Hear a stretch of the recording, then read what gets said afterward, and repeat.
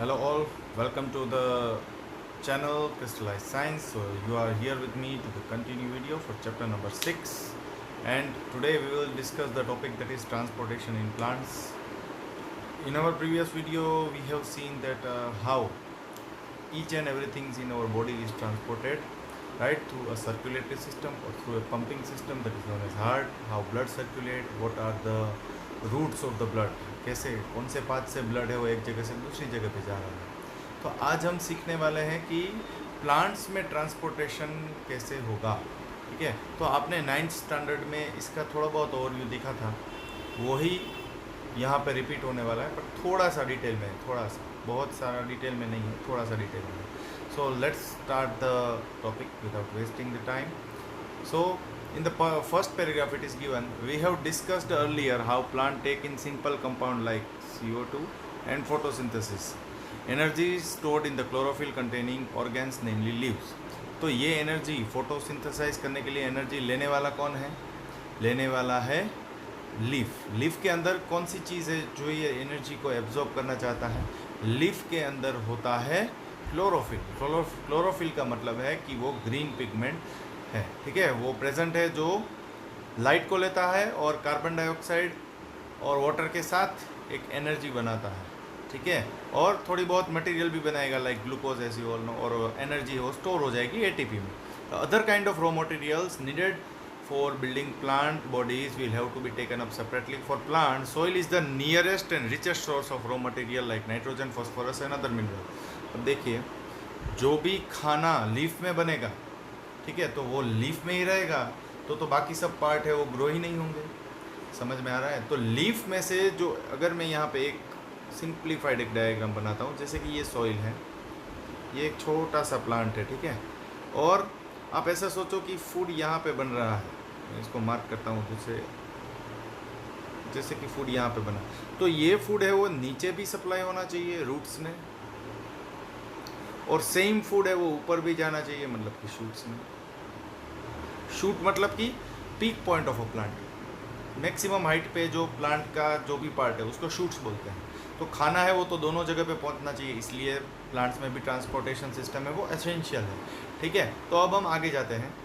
C for plant soil is the nearest and richest source of raw material. तो देखो आप यहाँ पे ये प्लांट है, उससे नज़दीक, सबसे नज़दीक होता है ये सॉइल। ये सॉइल है, मैंने पहले ही बोला था आपको, ये सॉइल है। सॉइल कैसे कलर का होता है? ब्लैक कलर का होता है। ठीक है, तो मैं ब्लैक कलर का ड्रॉ करने का ट्राई करूँगा, तो आप समझ जाइए कि ये सॉइल है। ठीक है, सी ये सॉइल है। ठीक है, तो इसके, ये सॉइल के अंदर क्या क्या चीज़ें प्रेजेंट होती है आपके टेक्स्ट बुक में दिया है। तो आपको मालूम होगा कि हमने एक कई सारे फर्टिलाइज़र का नाम सुना था, जिसमें आता है नाइट्रोजन, N2, फॉस्फोरस, के, मिनरल्स, ये सब कुछ सॉइल में होता है। और ये लीफ है या प्लांट है वो सबसे नज़दीक सॉइल के साथ कांटेक्ट में होता है। ठीक है, the absorption of this substance therefore occurs through the part in the contact with soil that is known as root. The distance between soil contacting organs and chlorophyll contacting organs are small. Energy and raw materials can easily diffuse to the part of the plant, but if the distance becomes large because of the changes in the plant body design, diffusion process is not sufficient, okay, to provide raw material in leaves and energy in the roots। ठीक है, a proper system of transportation is therefore essential। अब ये paragraph पूरा क्या बताना चाहता है वो मैं आपको एक ओवरव्यू में समझा देता हूँ। तो देखिए, मैं इसको इरेज करता हूँ, मैं दो प्लांट हैं उससे मैं समझाता हूँ। अब थोड़ा इमेजिन कीजिए कि दो प्लांट है, ठीक है, हमारे पास एक नहीं दो प्लांट है। एक बड़ा सा प्लांट है, एक बड़ा सा हाइट वाला प्लांट है, जैसे कि ये बड़ा सा प्लांट है, ठीक है, और ये उसकी सॉइल है। और सेम वे मैंने यहाँ पे एक छोटा सा प्लांट, यहाँ पे बड़ा सा प्लांट है, कई सारे लीफ है,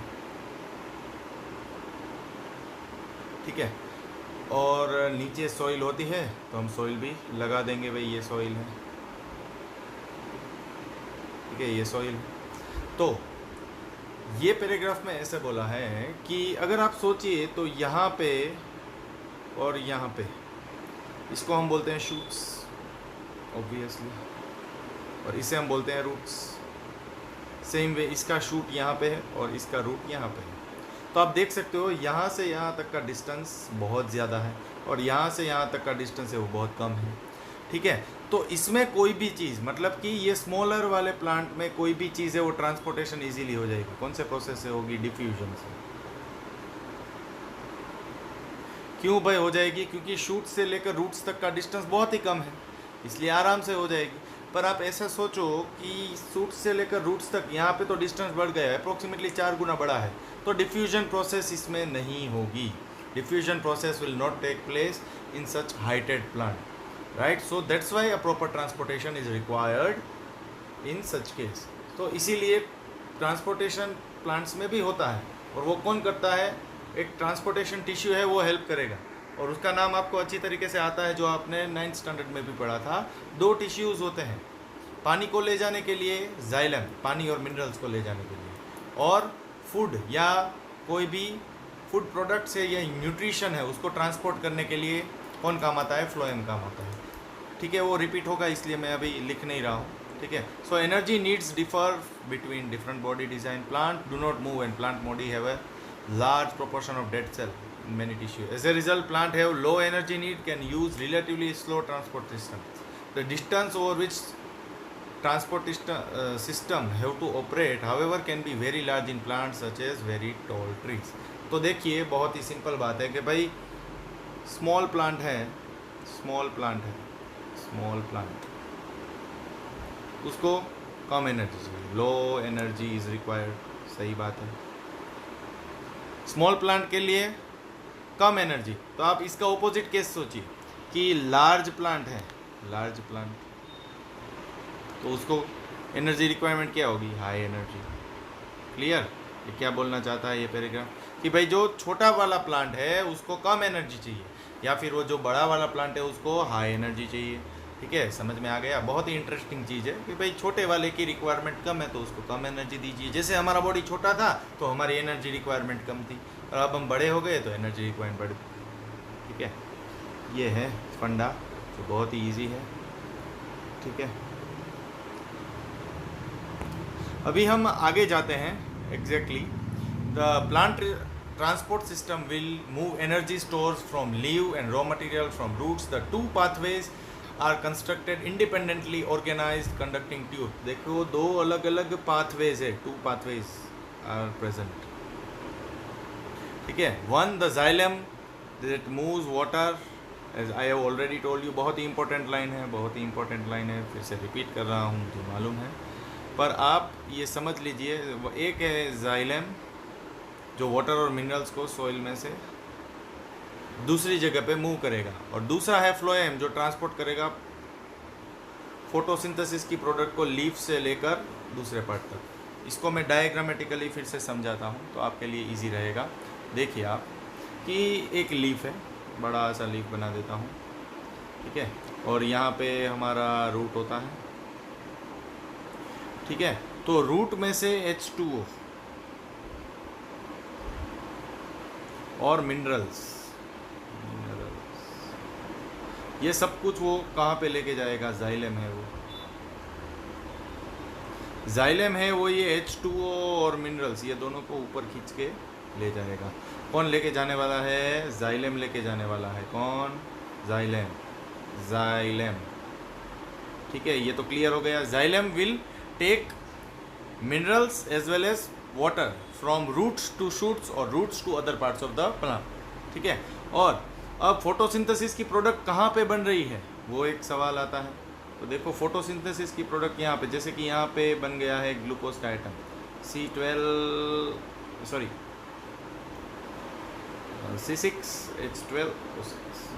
मालूम है ना, ये फोटोसिंथेसिस की प्रोडक्ट है। ये क्या कहाँ पे बनने वाली है? लीफ में बन चुकी है। ठीक है, तो ये लीफ से फोटोसिंथेसिस की जो प्रोडक्ट है वो कहाँ जाएगी? नीचे जाएगी। ठीक है, हो सकता है ये ऊपर भी जाए, तो ये ऊपर और नीचे ले जाने का काम किसका है? फ्लोएम का है। समझ में आ गया? तो phloem takes photosynthesis product from leaf to other parts of the body, while water and minerals are taken from roots to other parts of the body by xylem. Sorry, water और mineral को xylem है वो root से दूसरी जगह पे पहुंचाएगा, और फोटोसिंथेसिस की प्रोडक्ट है वो लीफ में से दूसरी जगह तक पहुंचाने का काम फ्लोएम का है। बस बहुत ही सिंपल चीज़ है। आई थिंक आपको समझ में आ गया होगा, मैंने जो बताया वो डायग्रामेटिकली मैंने आपको क्लियरली समझा दिया है। अब हम आगे जाएंगे, दोनों को थोड़ा सा डिटेल में पढ़ेंगे। फ्लोएम क्या है, जाइलम क्या है, उसको हम डिटेल में पढ़ने वाले हैं। ठीक है, तो ट्रांसपोर्ट ऑफ वाटर, तो सबसे पहले हम जाइलम का फंक्शन देखेंगे। इन जाइलम टिश्यूज़, जहाँ जहाँ पे भी जाइलम टिश्यू का नेटवर्क है वहाँ पे दो चीज़ आएगी, जाइलम वेसल्स और जाइलम ट्रैकिड्स। जहाँ जहाँ पे जाइलम टिश्यू है वहाँ पे उसके साथ दो मेंबर्स होंगे ही, जाइलम वेसल्स और जाइलम ट्रैकिड्स। ट्रैकिड्स मतलब एक बड़ी बड़ी ट्यूब है और वेसल्स है वो ट्यूब का कनेक्शन है, ऐसे आप सोच सकते हो। ठीक है, so in xylem tissue, vessels and tracheids of the roots, stem and leaves are interconnected to form a continuous system of water conducting channel reaching all parts of the plant. उसका मतलब ये बोलना चाहता है कि भाई ये जाइलम का वेसल और ट्रैकिड्स है वो रूट्स में भी होते हैं, स्टेम में भी होते हैं और लीव्स में भी होते हैं। तीनों चीज़ में जाइलम के सभी पार्ट्स होने वाले हैं और वो एक बड़ा सा एक इंटरकनेक्शन वाला नेटवर्क बनाएंगे। At the root, cell is in the contact with the soil, actively take up ion. This creates a difference in the concentration of this ion between root and the soil. अभी देखिए ये क्या बताना चाहता है, फिर से मुझे एक डायग्राम ड्रॉ करना पड़ेगा। ठीक है, अब बोलोगे कि सर कितने सारे डायग्राम बनाते हैं, वो भी रफ वाले से आपको समझ में आ जाएगा, ऐसे डायग्राम बनाऊंगा। ठीक है, आप देखिए रूट्स होता है वो जनरली ये सोइल के नीचे होता है। At the root, cell is in the contact with the soil. सही बात है भाई, सेल है वो सोइल के कॉन्टैक्ट में होने वाला है। ठीक है, this create a difference in the concentration of ion between root and soil. आप ऐसा सोचिए कि यहाँ पे ये सब जगह पे रूट है। ठीक है, तो एक डिफरेंस क्रिएट होगा, आयन्स का डिफरेंस क्रिएट होने वाला है किसके बीच में, रूट और सोइल के बीच में। ठीक है, मैं सोइल को का कलर चेंज कर देता हूँ तो आपको आइडिया आएगा। जैसे कि ये सोइल है, ठीक है, ब्लैक कलर की, और नीचे है वो उसके रूट से। ठीक है, चलो रूट से उसको और एक अच्छा सा कलर दे देते हैं, जैसे कि मैंने ऑरेंज कलर दिया है, ये सब रूट से। ठीक है, तो आयन का डिफरेंस क्रिएट होगा। आयन का डिफरेंस कहाँ कहाँ पे होगा कि भाई यहाँ पे ज़्यादा आयन्स हैं, ठीक है, और यहाँ पे आयन्स ही नहीं है, और या फिर यहाँ पे एक ही आयन है। तो क्या होगा, ये आयन के डिफरेंस की वजह से ये आयन से वो मूव करेंगे सॉइल से रूट में। कहाँ पे मूव करेंगे, सॉइल टू रूट्स। देखते हैं भाई ऐसा होता है कि नहीं। सी,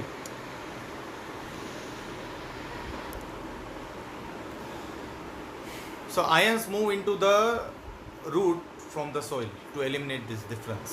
समझ में आ गया। तो आयन से वो कहाँ से कहाँ मूव हुआ, into the root from the soil। तो मैंने वही लिखा है, देखिए आप मेरे डायग्राम में, सोइल से रूट में।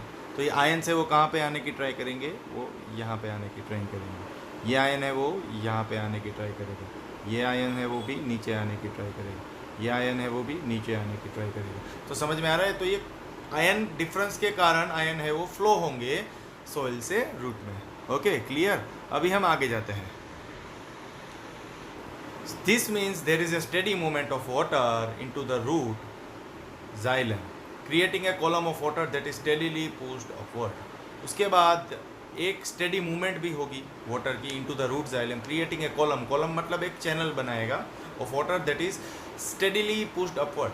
तो देखिए जो पानी है वो नीचे ही नहीं जाता है, वो ऊपर भी सप्लाई होता है। रूट के अलावा वो स्टेम में भी सप्लाई होगा, तो तब उसको कहाँ पे पुश होना पड़ेगा, सेम प्रोसेस से ऊपर वो पुश होगा। ठीक है, however this pressure by itself it is unlikely to be enough to move water over height that we commonly see in the plant use another strategy to move water in the xylem upward to the highest point। उसके पास दूसरी strategy होती है, पर वो strategy के बारे में आपके टेक्स्ट बुक में डिस्कस किया है और वो एक प्रोसेस से होता है। ठीक है, मैंने क्या बोला कि एक आयनिक डिफरेंस के कारण रूट से ऊपर पानी तो जाने वाला है, पर वो कौन सी प्रोसेस से जाएगा, ट्रांसपीरेशन से जाएगा। कौन सी प्रोसेस से, ट्रांसपीरेशन से। देखिए तो प्लांट कौन सी स्ट्रेटेजी यूज़ करता है पानी को रूट से लेकर ऊपर तक। आप टेक्स्ट बुक में भी एरो देख सकते हो, देखो एरो ऐसे है, पानी है वो ऊपर जा रहा है। पानी कहाँ था, रूट में था, और अभी कहाँ जा रहा है, एटमॉस्फेयर में जा रहा है, एटमॉस्फेयर में।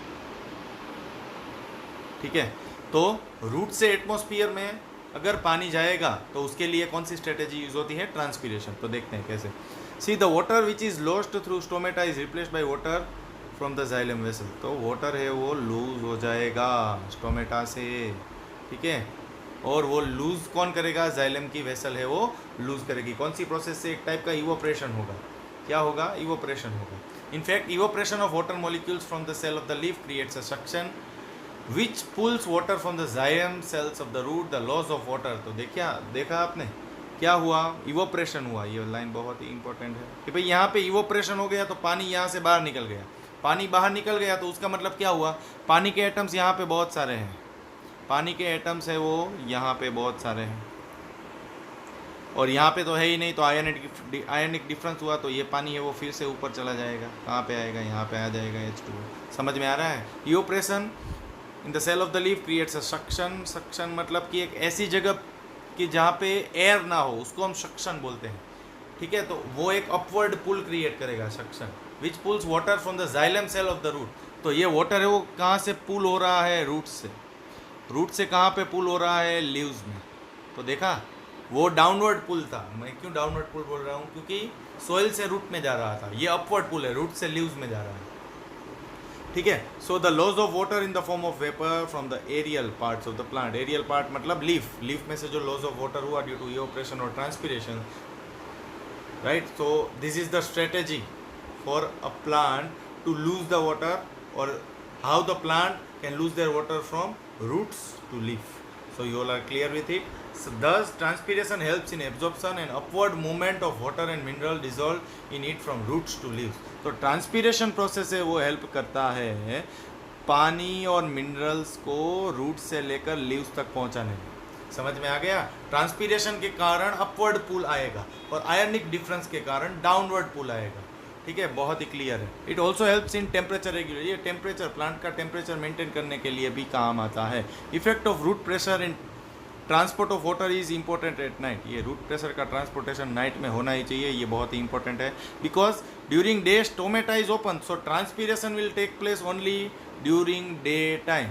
Transpiration will not take place in night time, क्योंकि स्टोमेटा से जब पानी लूज होगा तब पानी के लेवल में लीफ और रूट में डिफरेंस आएगा, बाकी आने वाला नहीं है, ठीक है। तो अब समझ में आ गया आपको। तो ट्रांसपीरेशन है वो दिन में तो अच्छे से upward पुल पुश करेगा, पर रात में वो नहीं करेगा क्योंकि स्टोमेटा क्लोज होते हैं इसलिए, ठीक है। गार्ड सेल है वो स्वेल हो जाएंगे, गार्ड सेल स्वेल होते हैं, उसके बाद वो श्रिंक हो जाते हैं। तो जैसे ही वो गार्ड सेल श्रिंक हो गए तो बीच की जगह है वो कम हो जाती है। वो मैंने आपको समझाया था, आप प्रीवियस वीडियो देख लेना, ठीक है।